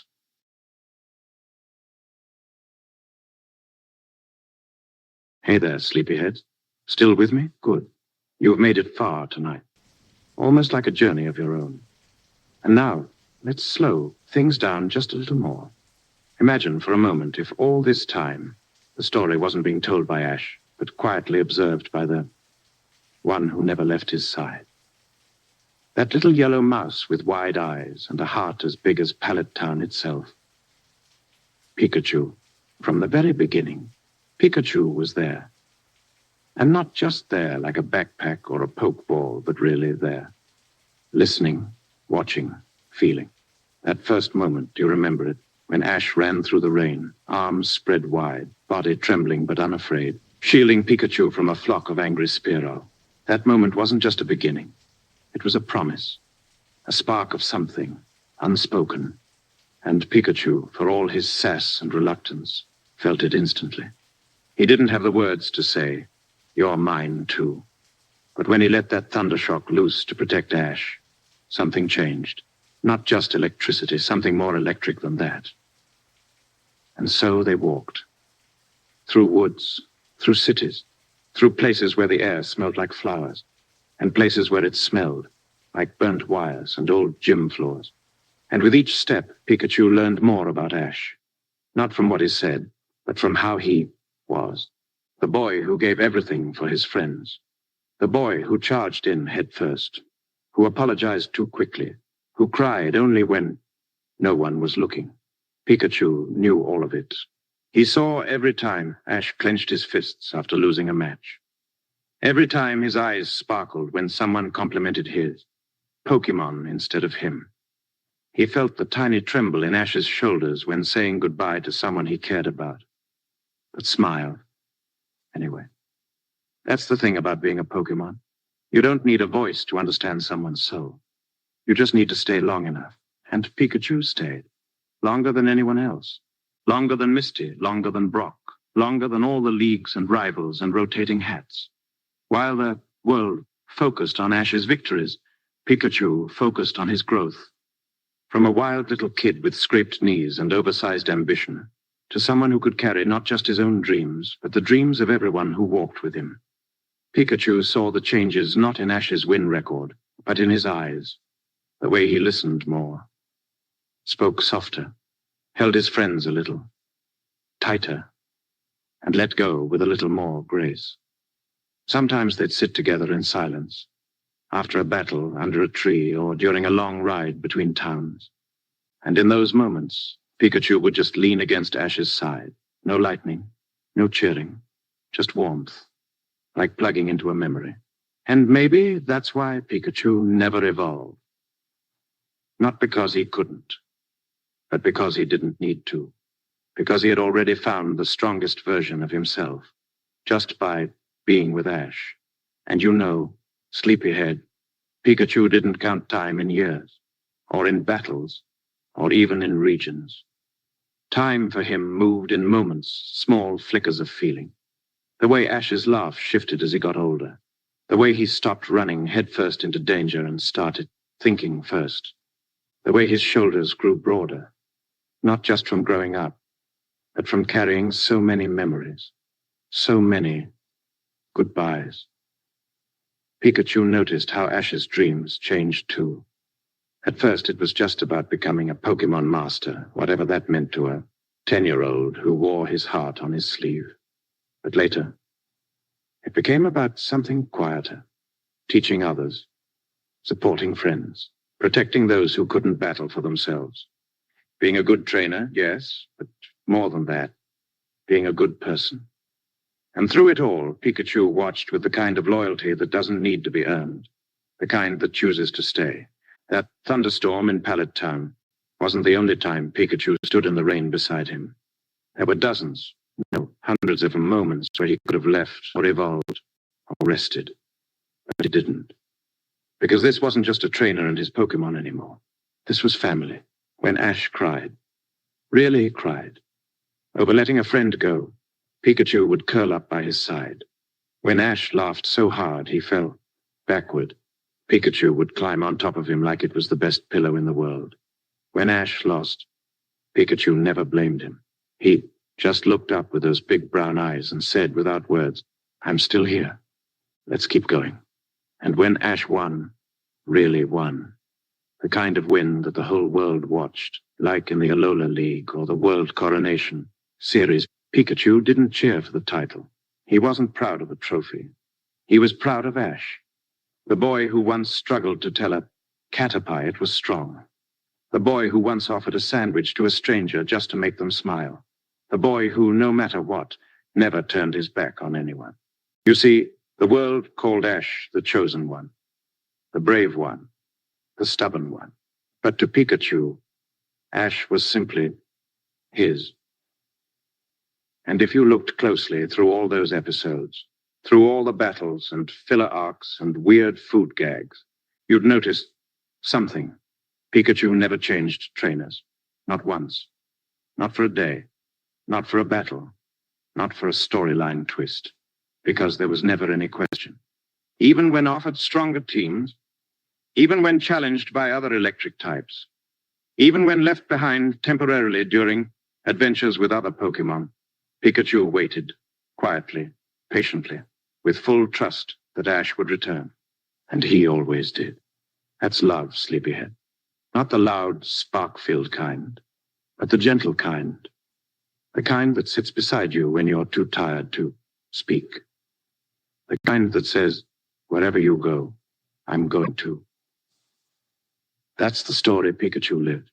And in his quiet, bright-eyed way, it's the story he never stopped telling. And when it finally started to quiet down, when the cheers faded, when the trails ended, when the sun began to set on their story Pikachu knew before Ash did. Not because someone told him, but because the rhythm changed. Ash walked a little slower, looked around a little more. He didn't talk about the next gym. He talked about old friends, about Mom, about what it would be like to just be home for a while. And Pikachu didn't argue. He didn't tug on his cap or spark a protest. He just nodded in his own way and curled tighter on Ash's shoulder. Because sometimes the most important part of a journey isn't what you reach. It's what you bring back. And Pikachu had carried everything. Every joy, every bruise, every goofy hat, every burnt rice ball and makeshift blanket. He remembered the faces of every companion Ash ever traveled with. Misty's fierce loyalty, Brock's strange advice, May's optimism, Dawn's confidence, Go's curiosity. He remembered all the Pokémon, too. Not just the ones that stayed, but the ones that waved. Goodbye. Butterfree flying off into the distance. Goodra disappearing into the misty wetlands. Greninja walking off to protect a region Pikachu never even saw. He remembered, because Ash remembered. And Ash carried all of them in his heart. There were nights in the still quiet of a forest, or the back of a Pokémon center, when Pikachu would lie next to Ash and wonder if this would be the last new place they'd see. If this little patch of stars above them would be the final chapter. But even in those moments, he never felt fear, because Ash had never once left him behind. And even now, as the two of them stood on that familiar Pallet Town hill, watching the clouds roll by like dreams just out of reach, Pikachu could feel it. The peace, the soft, glowing end of something beautiful. Ash reached up to adjust his hat, just like he always did, and Pikachu leaned into his neck, just like he always had. No need for words, no need for another battle. They had done it all, and somehow, despite everything changing, nothing truly had. Ash was still that boy who protected him in the rain. Pikachu was still that stubborn little spark who chose him, not because he had to, but because he wanted to. From that first zap to the last walk home, it was always a choice. And what a choice it had been. As the screen of the world began to dim, as even the wind hushed into sleep, Pikachu closed his eyes and dreamed, not of battles, or victories, or even thunder. He dreamed of running beside a boy with messy hair and big dreams. He dreamed of orange sunsets, warm backpacks, and half-eaten berries. He dreamed of everything. And in that final flicker of soft yellow light, he dreamed of forever. In the quiet that followed, when the crowds had gone and the world turned softer, Pikachu would sometimes sit near the window of Ash's room and watch the wind rustle the trees. There were no cheers there, no loud stadiums or flashing lights, just home, just the rustling of leaves and the hum of a nearby fridge. But somehow in that simplicity, there was comfort that no trophy could match. He'd hop onto Ash's desk when no one was looking, stare at the old poke balls resting in their display, each one a memory, a chapter, a heartbeat. Bulbasaur's vine still seemed to curl in the corner of the room. Charizard's fire, though long gone, still flickered. In his dreams, the air even smelled faintly of adventure, Dirt paths, spicy curry, and sweet, sweet orange berries. It was like the past, lingered in the walls, refusing to leave. Even if the journey had ended. But it hadn't really ended, because sometimes Ash would sit at the edge of his bed, elbows on knees, gaze distant.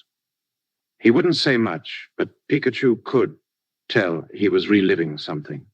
A memory, a gym battle, a festival, the sound of running water from Cerulean, or the time they all wore costumes in Unova and danced until they fell asleep in the grass.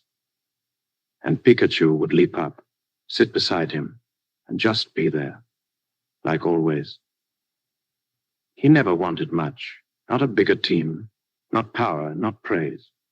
All he ever wanted was to stay close, to walk, to run, to fall asleep, to the sound of Ash breathing beside him in a sleeping bag, to share apples and laugh at Meowth's latest invention gone wrong, to be present, really present in every moment of their shared life. And even now, with the sun casting long, sleepy shadows across the fields, Pikachu still found joy in the tiniest things. The way Ash's mum scolded him for forgetting chores, the occasional visit from an old friend, Misty showing up with a fishing rod, or Brock carrying a new recipe he wanted them to try. Pikachu's ears would perk, his tail would twitch, and for a brief second, it was as if time had never moved forward. Sometimes they'd walk the path outside town. No destination, no timeline, just walking. Sometimes Ash would talk, about nothing, about everything. And Pikachu would listen with a stillness that carried decades of memory. He remembered every word, every silly pun, every vow Ash made when he was 10 and too excited to sleep the night before his first league battle. He remembered Ash promising, "We'll see the whole world, buddy." And they had, through forests and deserts, mountains and snow, laughter and heartbreak, battles and reunions. Pikachu had seen it all. And more than that, he felt it all. Because his world wasn't made of geography or gym badges. His world was Ash. And in this peaceful quiet that now surrounded them, Pikachu realized something. Even if they never traveled again, even if they never set foot in another Pokémon Center or climbed another stadium stage, their journey would keep going. In the way Ash chuckled when Pikachu snored, in the way Pikachu still shocked the toaster just to make breakfast faster, in the way they still watched the stars and whispered, "One more day." Their story wasn't ink on a page. It wasn't confined to episodes or regions. Their story was breath, a rhythm, a bond beyond definition. And as night crept gently into Pallet Town and Ash's bedroom light flickered off, Pikachu curled up beside him, tail twitching, heart full. No more battles, no more farewells, just sleep, just love, just forever. Before the leagues, before the friends, before the legends and the goodbyes, there was a small town under a sky full of stars. Pallet Town, a quiet place, unassuming. The kind of town that smells like clean grass and warm bread, where roads end before they really begin. And it was here that Ash Ketchum first dreamed with eyes wide open. This segment drifts through the soft memory of home, not as a location, but as a feeling. The sound of crickets chirping outside, Professor Oak's lab. The way Ash's mom called out from the kitchen window, apron still dusted with flour. How the wind always knew the way to carry a child's dreams out into the world. For all the grandeur Ash would one day know, he always returned here. Muddy shoes, bigger smile, heart just a little heavier. And each time, Pikachu would follow.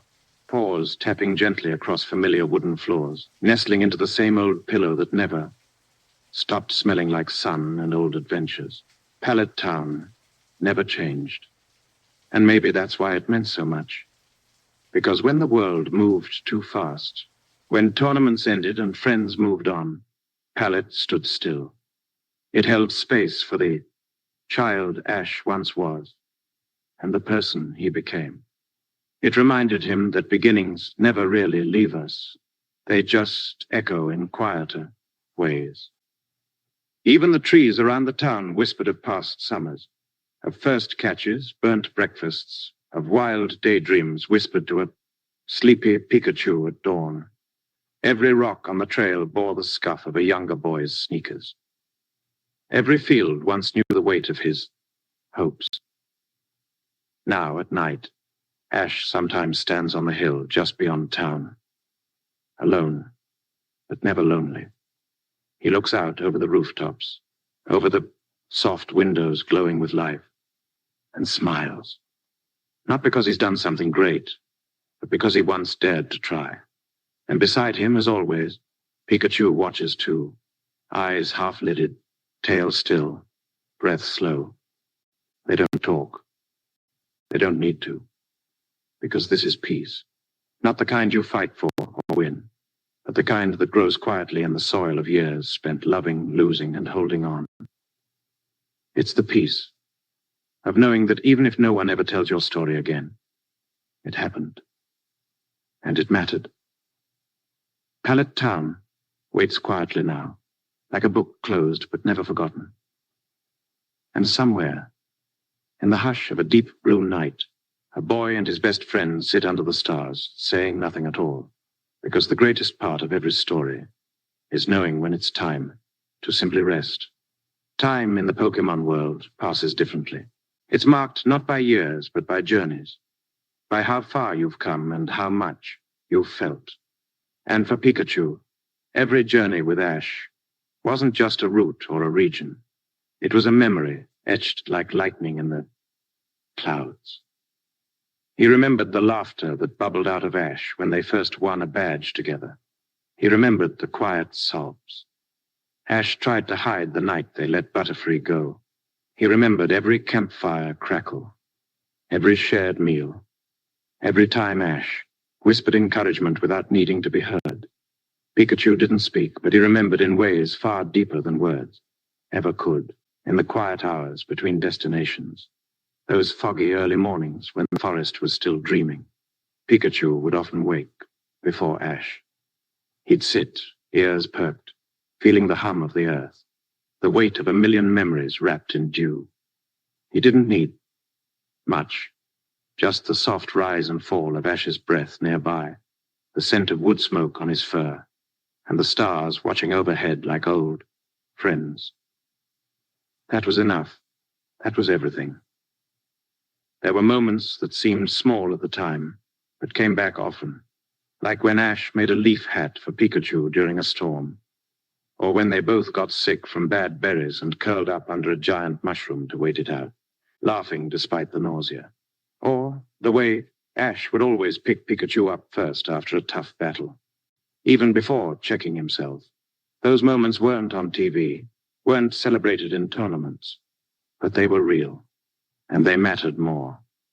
As Ash grew older, his steps didn't lose their energy, but they became more purposeful, more thoughtful. And Pikachu noticed. He noticed the way Ash looked longer at each sunset, paused before each goodbye, lingered a bit more at Professor Oak's lab before setting off again. The boy who once rushed out in pajamas had become someone who knew what it meant to leave and to return. And Pikachu, he adapted too, not just in battle, but in heart. He became Ash's anchor, his quiet reassurance, his silent cheerleader. When Ash was unsure, Pikachu nudged his leg. When he was excited, Pikachu's tail would flick with glee. And when Ash needed a moment of stillness, Pikachu was there, always ready to curl up beside him and simply be. The world saw them as partners, but it was deeper than that. Pikachu had become Ash's mirror, not just reflecting his victories, but his growth, his doubt, his kindness. And Ash, in turn, had become the one thing Pikachu trusted above all else. In a world of Poke, balls, and rules, Ash had never tried to change him, never forced evolution, never doubted his choice to stay as he was. That kind of respect, that kind of freedom, it was rare, and Pikachu knew it. Their last journey together, though no one knew it at the time, was different. The air felt heavier with meaning. The places they visited seemed to glow with memory, like stories waiting to be reread. Old friends reappeared. Battles carried more emotion than strategy. And through it all, Pikachu stayed close, his eyes holding the weight of things unsaid. In their final moment before returning to Pallet Town, Ash turned to Pikachu and smiled. Not a triumphant grin, but something softer, something knowing. He didn't say much. He didn't have to. Ready to go home, buddy. And Pikachu, with a little nod and a spark that shimmered not from his cheeks but from his eyes, said everything in silence. Yeah, because home wasn't just a town or a house or a lab. Home was wherever they walked together. And though the road behind them stretched long and winding, and the road ahead now seemed quiet, Pikachu knew one truth with absolute certainty. This was not the end, not really, because memories like theirs, friendships like theirs, don't fade. They don't flicker out. They hum in the background like static. Electricity, always there, ready to spark with the lightest touch.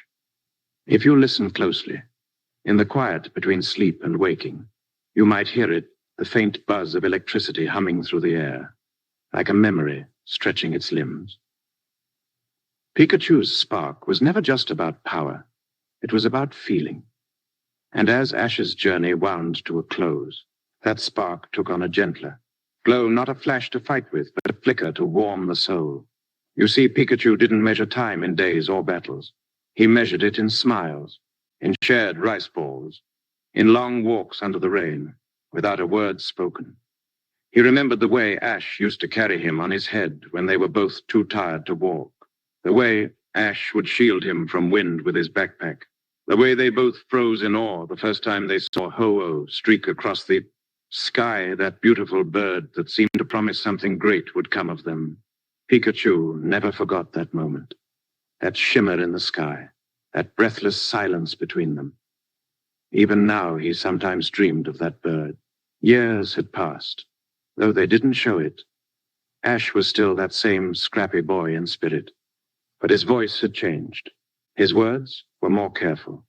His shoulders, once so small beneath his jacket, had grown broader, not from age alone, but from everything. They carried together. Pikachu watched it all, always close by, always listening. And as they wandered back toward Pallet Town, in what felt like a dream, Pikachu noticed how quiet everything had become. The towns weren't bustling. The trails were peaceful. Even Team Rocket had disappeared, as if they, too, knew this part of the journey wasn't meant to be interrupted. It was as if the world itself had stepped back to give these two a final walk undisturbed, unhurried, like a lullaby fading into silence. They took their time. For once, Ash wasn't in a rush. No gyms to reach, no league to train for. Just birds in the trees, sun dappling through leaves, and Pikachu riding on his shoulder, tail swaying gently like a metronome of memory. Sometimes they'd stop and stare at a familiar place, a lake where they'd fished once. Long ago, Ash still swearing that the Magikarp he caught was this big, a tree they once camped under during a thunderstorm, the night Pikachu shocked him accidentally, and then refused to leave his side until morning.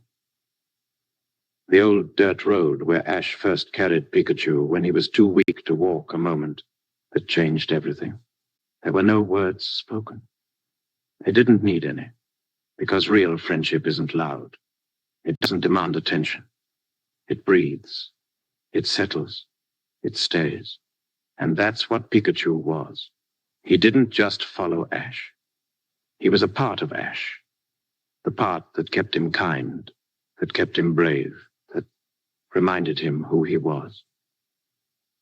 And though Ash had traveled every corner of the world, fought the fiercest champions, and stood among legends, it was this, the soft walk home, that felt most like victory. They reached Pallet Town, just as the sky turned golden. Professor Oak's lab still stood, aged but proud. The trees still rustled with the wind. And from a distance, the silhouette of Ash's mother stood on the porch, waving gently as if she always knew this day would come. Ash paused. He didn't run to her like he used to. He stood there, feeling the moment settle around him like a warm blanket. Pikachu leaned his head against Ash's cheek. Neither spoke, because coming home isn't always about celebration. Sometimes it's about letting go, not of each other, never that, but of the endless chase, of the noise, of the need to always be moving. Ash looked up at the sky. It looked different now, not full of challenge, but full of peace. And somewhere in that quiet sky, a streak of rainbow light shimmered faintly. Oh, just for a moment. Pikachu saw it too. It wasn't dramatic. It wasn't a sign. It was just a quiet nod from the universe, a soft echo of the day they began. Ash smiled. I guess we really did it, huh? Pikachu nuzzled his neck. Yeah, they did. They didn't catch them all. They didn't win every match, but they lived fully, deeply together. And that matters more. Ash walked the final steps home, Pikachu still on his shoulder, and though the door closed gently behind them, the story didn't end. Because stories like this never really do. They linger. They whisper through the trees. They drift through stardust. They live in the hearts of every kid who once dreamed of becoming a Pokémon Master, every child who picked their starter, every friend who stayed beside them through the toughest battles. Ash and Pikachu may no longer be on our screens, but they live in the spaces between dreams, the safe, nostalgic corners of our minds. Maybe, just maybe, they're still out there, somewhere, walking a new path, chasing a new sunset, not because they have to, but because they want to. And if you ever feel lost or tired or unsure, close your eyes. You might just feel a small spark, soft, warm, familiar. That's them, still journeying, still dreaming, and always together.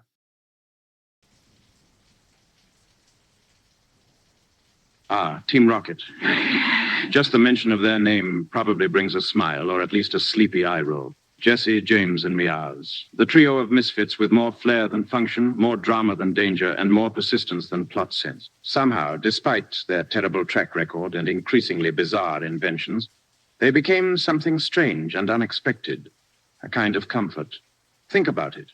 Their sudden appearances, always mid-episode, often airborne, and inevitably sparkling with some convoluted plan, became as familiar as the sun rising over a new region. Whether they were disguised as chefs, pirates, magicians, or on one truly unforgettable occasion, literal trees, Team Rocket's presence meant one thing. We were still in that world. The world of Ash. And Pikachu. The world of adventure and friendships, and badly timed net traps. But despite all their failings, and let's be honest, there were many, Team Rocket had something quietly beautiful about them. Maybe it was their resilience. Maybe it was the weird, undying loyalty they had to each other. Or maybe, just maybe, it was the fact that they never gave up on their dream, no matter how unrealistic or deeply, wildly flawed it was. Jessie, with her dramatic flair and surprisingly tragic backstory. James, with his soft heart and endless string of sad, wealthy childhood memories. And Meowth, who somehow learned to speak. Not just for convenience, but for love. There was always more depth to them than met the eye. They weren't just villains. They were, well, human. Or in Meowth's case, almost. And let's not forget their motto, that little theatrical poem that broke the fourth wall and soothed the viewer's mind like a strange little lullaby. To protect the world from devastation. You could practically feel your brain sigh in recognition every time it began. It wasn't just a catchphrase. It was ritual, predictable, reliable, comforting. Even when the show changed, when companions rotated, and regions shifted, Team Rocket was always there, soaring in from the shadows with smoke bombs and unasked-for commentary. And while Ash and Pikachu grew, changed, matured, Team Rocket didn't. At least not in the traditional way. But maybe that's what made them special. They were the constants. The chaos that somehow kept the story grounded. Like the background noise of a bustling street that reminds you you're home. Over time, something strange happened. We stopped wanting them to succeed in stealing Pikachu. Not because we didn't care for drama, but because deep down, we knew they didn't really want to either. Their role was never to win. It was to exist, to show up, fall down, and blast off again, with a ding and a twinkle in the sky. Even Ash seemed to know. Their battles became less about winning, and more about playing out a shared dance. A tradition. You punch, I dodge. You net, I escape. We all go flying. See you tomorrow. And isn't there something weirdly lovely about that? About being someone's constant? Even if you're technically the bad guy. Jesse, James, and Meowth may have had questionable morals and even more questionable fashion choices, but their hearts were oddly pure. And perhaps most importantly, they were together, always together.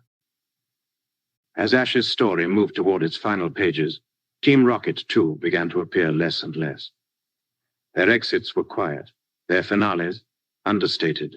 No grand blast-off, just a slow fade. And while the world celebrated Ash's championship, somewhere in a corner of the Pokémon world, 3 familiar figures probably tried one last plan, half-heartedly, lovingly, hilariously, and failed gloriously. But they'll always be there in some corner of our sleepy minds, reciting their motto in unison, standing against moonlight, silhouetted by stars. A trio of lovable, ridiculous reminders that even the villains in our lives can be soft, silly, and, on the sleepiest nights, oddly comforting. Because even chaos, when predictable enough, can be a lullaby.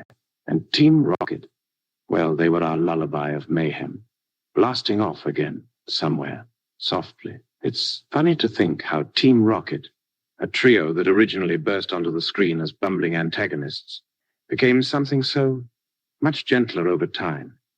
In the early days, sure, they were chaotic, over the top, and maybe a little bit threatening if you squinted, and ignored the fact that their plans were mostly powered by balloons and bad puns.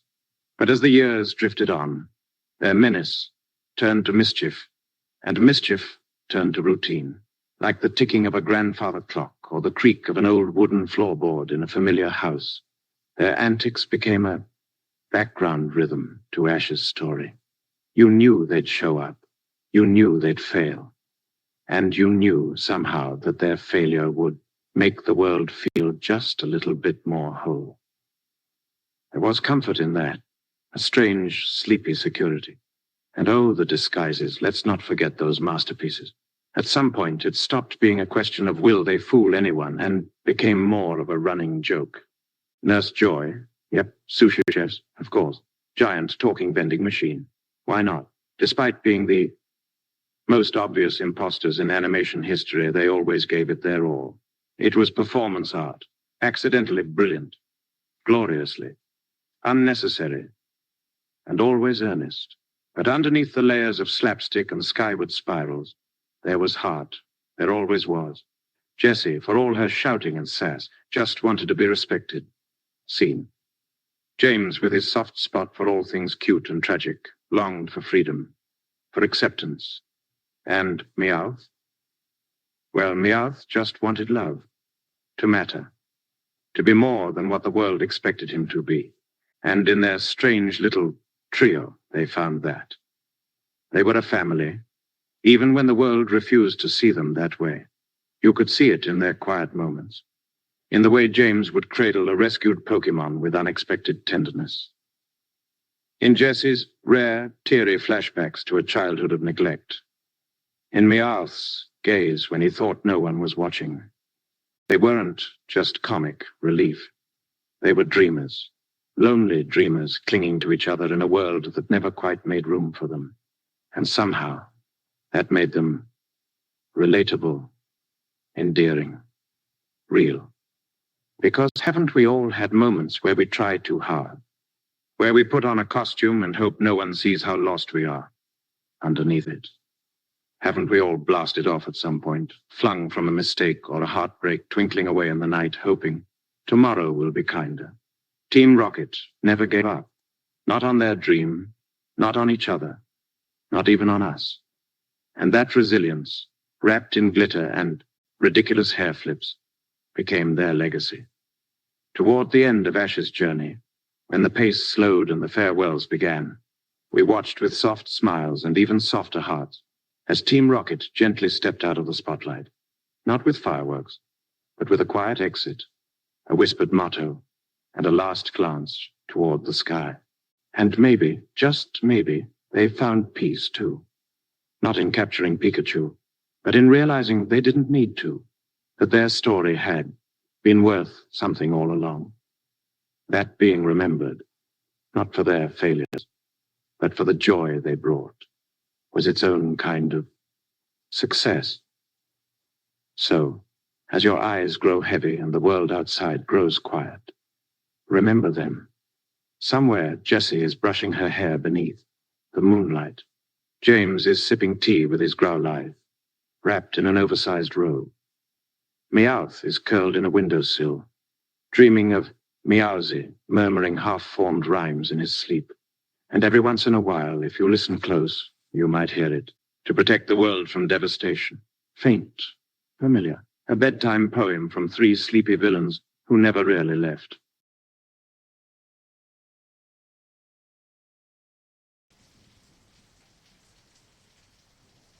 You know, dreams have a funny way of stretching themselves across time. You think they've ended, and yet there they are, again soft, familiar, lingering like the scent of something you loved as a child. And that's exactly how it feels now as we drift into the quietest part of Ash and Pikachu's story. The part that doesn't air on television or play out in stadiums, but happens somewhere else entirely. Somewhere softer. Somewhere just beyond the eyelids, when the room is dark and the heart is open. Ash's final goodbye didn't feel like a hard stop. It felt like an ellipsis, like a page you tuck between the covers, not because you're finished reading, but because you want to hold on to that feeling for a little longer. He may have returned to Pallet Town, and Pikachu may have curled up in that same old bed, tail twitching in his sleep, but was that really the end? Or just a pause? Think about it. How do you really say goodbye to a dream? You don't. Not really. And that's the magic of it. Ash's journey is over, yes. The titles rolled, the theme songs faded, and the Pokeballs clicked closed one. Last time. But somewhere, out there, in some part of your memory or imagination, he's still out there walking, not chasing badges, not proving anything, just walking. Maybe through a forest where the sunlight flickers golden through the leaves. Maybe along a riverbank where squirtles play. Maybe beside a field of wind-blown flowers where Butterfree once soared away. Pikachu's there too, of course, always. Maybe they don't talk much. Maybe they don't need to. Just quiet companions now, sitting beneath a tree, sharing a sandwich, watching clouds drift by. Sometimes they visit old friends. Sometimes they meet new ones. But the need to win, to reach the top, that's faded. It's been replaced by something warmer, simpler, because eventually every story circles back to its beginning. And maybe that's why it feels so comforting to imagine them out there still. It reminds us that even when chapters close, the love we felt for them, those childhood afternoons spent in front of a flickering screen, cheering for a 10-year-old who never gave up, those feelings don't end. They become part of us, part of our own journey. Ash's dream never really needed a destination. It was never about the title of Pokémon Master. It was about discovery, about heart, about waking up each day with curiosity, with hope, with a best friend by your side, and a world full of wonder ahead. That's a dream worth having. And now it's your dream too, passed quietly into your hands, not for battles or tournaments, but for courage, for kindness, for connection, for the joy of the journey, not just the finish line. So even as the screen fades to black and the lull of sleep pulls gently at your thoughts, remember, the dream hasn't ended. It's just changed form. Ash and Pikachu may be resting now, but in your heart, and perhaps somewhere just beyond the stars, they're still out there, smiling, exploring, dreaming, just like you, somewhere, not bound by map or memory. There's a place where all of it still lives. The winding paths of Kanto, the silver lakes of Johto, the lava-carved cliffs of Hoenn. They aren't gone. They're just quieter now, like a storybook gently closed, resting on a nightstand. You can always open it again, turn to any page, and there they'll be. Ash with his slightly crooked cap, Pikachu with a spark in his eyes, ready, smiling, timeless. And maybe that's the most beautiful part of all of this, that in the quiet, these moments grow louder. When you're not chasing the next gym or rushing to the next city, you start to remember the little things. The way Ash always got hungry at the worst times. The way Pikachu stubbornly refused to evolve. Not out of defiance, but loyalty. The campfires under starlit skies. The silly misunderstandings. The tears no one expected. The hugs that said more than words ever could. These aren't just memories from a cartoon. They're fragments of feeling tucked into the folds of childhood. And whether you were 5 or 15 when you met Ash and Pikachu, their presence gently wrapped itself around your heart, not as fantasy, but as reassurance. That being kind mattered, that believing in yourself mattered, that even when things didn't go your way, you could still keep going. You could still smile. And now, all these years later, as you lie here with your blanket pulled close and the world finally quiet, maybe you realize they were not just characters on a screen. They were something steadier, softer, something you could carry with you without even realizing it. The dream never had to be loud. In fact, it's more powerful when it whispers, like now. Maybe Ash walks slower these days. Maybe he spends more time watching sunsets than chasing them. But Pikachu still rides on his shoulder, leaning in close. They still nod to the wind, wave to passing clouds, and laugh at things no one else would find funny. Maybe they're not heading anywhere in particular anymore. Maybe they don't need to. The world they helped shape is blooming all around them. New trainers, new Pokémon, new beginnings. And still, there they are, in the background, smiling, watching, proud. They gave us so much, and now they rest. But only in the way dreams rest, curled up, eyes closed, gently breathing, waiting to be remembered again. So whenever you need to feel brave or when you miss something you can't quite name, just close your eyes. Picture that old path, that flash of yellow, that hopeful grin beneath a cap. They're still there. The dream never ends. It simply waits for you to return.